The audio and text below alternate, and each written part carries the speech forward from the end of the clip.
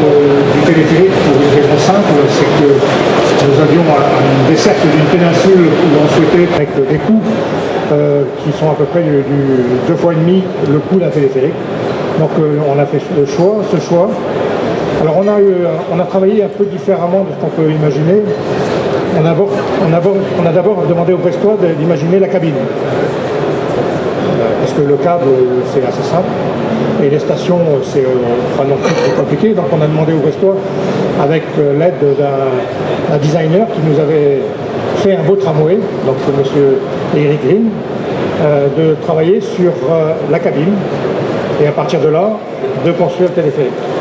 Donc ce travail, M. Eric Green va vous en dire quelques mots, nous a permis de sensibiliser aussi les habitants à ce projet, parce que c'est pas spontanément que les Brestois disent qu'il faut construire un téléphérique. D'ailleurs, il y a eu pas mal de blagues sur le fait à quand la neige sur les plateaux des Capucins, où on met les skis, enfin bon, des choses toujours intéressantes. Mais ce qu'on peut dire, c'est que le travail qui a été réalisé depuis 2011 a fait en sorte que la population adhère à ce projet. Et nous avons reçu la première cabine le week-end dernier à Brest. On a fait une exposition sur le bas de Siam. Plus de 6000 personnes sont venues la voir. Ce qui est quand même impressionnant pour voir la cabine du téléphérique de Brest. Et aujourd'hui, on dévoile la deuxième cabine qui, après le salon, prendra la direction de Brest. Avant le dévoilement, je propose que M. Eric Rin donne quelques mots sur ce que vous allez voir, parce qu'en plus, lui, il n'a pas vu non plus. Donc, mais il y a un travail important qui a été fait avec l'ensemble des équipes. Et je voudrais, avant de passer la parole, remercier beaucoup d'acteurs dans ce schéma, parce que nous sommes les premiers à faire un transport par câble. D'abord, remercier les services de l'État, parce que ça n'a pas été simple. On était sur une législation qui était un peu vieillissante et qui était plus adaptée à la montagne qu'à l'urbain.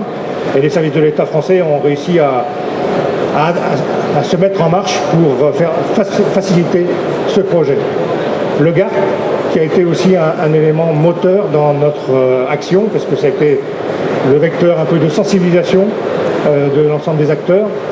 Et puis après, M. Rin, qui a fait, je pense, un beau projet et qui donnera envie à d'autres de continuer.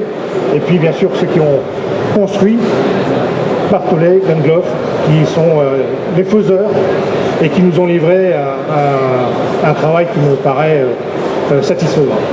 Donc voilà, dans quelques secondes, mais avant, le designer. Et qui rencontre la ville, la technologie innovante de la montagne que vous connaissez tous, les prouesses des ingénieurs qui vient vers les villes. Et évidemment, la ville de Brest a souhaité que ce téléphérique soit parfaitement intégré au paysage urbain de la ville, à son tramway, à son réseau de transport. Donc l'intégration urbaine, c'est la problématique majeure qu'on a quand on développe un projet urbain. En plus, il y a d'autres facteurs importants que je voulais vous mettre en avant. C'est d'abord ce téléphérique, il est amené à marcher toute l'année, tous les jours. Il a une amplitude horaire beaucoup plus grande qu'en station de montagne. Il marche de jour autant que de nuit. Donc, il survole des paysages urbains. Il est au-dessus d'habitations. Il rencontre des gens qui n'ont pas l'habitude d'être dans des téléphériques et qui sont plutôt habitués à être dans des bus, dans des tramways, dans des systèmes de transport. Il est en connexion avec le tramway. Il y a des personnes en mobilité réduite qui montent, des personnes en fauteuil roulant, des familles, des groupes. Donc toutes ces choses sont absolument différentes de la montagne et qu'il a fallu intégrer dans le design. La première dimension qu'on a voulu mettre en avant, c'est la transparence, la visibilité, le côté panorama.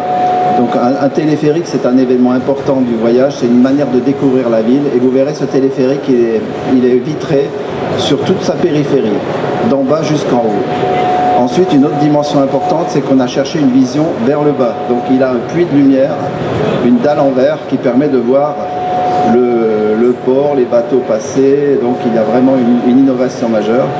Ensuite, dans ces aménagements intérieurs, on a cherché des matériaux très qualitatifs, du bois, de l'inox, des matériaux durables, et bien sûr à rappeler le caractère maritime et naval de cette cité de constructeurs de bateaux. avec, vous verrez, des travaux de finition dans l'aluminium, dans l'inox cintré. On a utilisé des techniques de cintrage par hydroformage pour faire des cintrages particuliers, en particulier la barre d'amarrage au milieu. La barre pour se tenir rappelle une corde d'amarrage de bateau.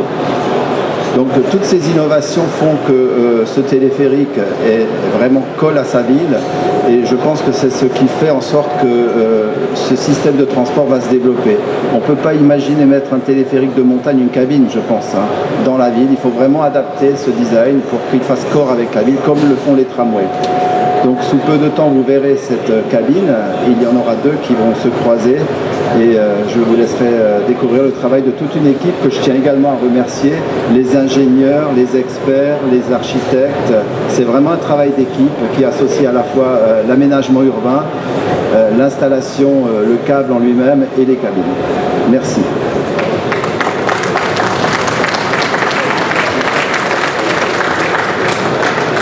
Merci à tous. Avant de découvrir la cabine, je voudrais justement dire deux mots sur cette équipe, parce que vous imaginez bien qu'un projet comme ça, c'est un projet qui est colossal et qui fait intervenir de nombreuses personnes.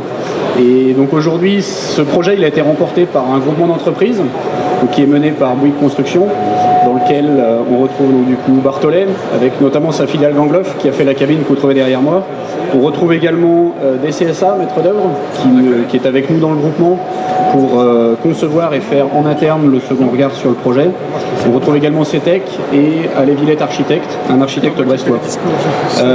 Ce projet, il est très spécial. Vous l'avez probablement vu déjà un petit peu dans les magazines, vous en avez entendu parler. Il représente très bien beaucoup des atouts de notre entreprise. Tout d'abord, l'innovation, puisque vous avez peut-être vu, mais l'innovation majeure de ce projet-là, c'est d'avoir les deux cabines qui se croisent l'une sur l'autre, au lieu de l'une à côté de l'autre. Je vous laisserai voir, vous verrez là, juste derrière, la petite vidéo qu'il présente. Mais pas uniquement, il représente aussi grandement, je pense, la compétence de l'entreprise, qui était capable de sortir ce projet-là dans un délai finalement assez court, pour des projets urbains, encore une fois, avec l'ensemble des délais administratifs qui se rajoutent. Et enfin, je pense que la dernière chose, c'est qu'il représente à 100% l'esprit qu'on veut donner à nos projets qui sont 100% orientés vers le client.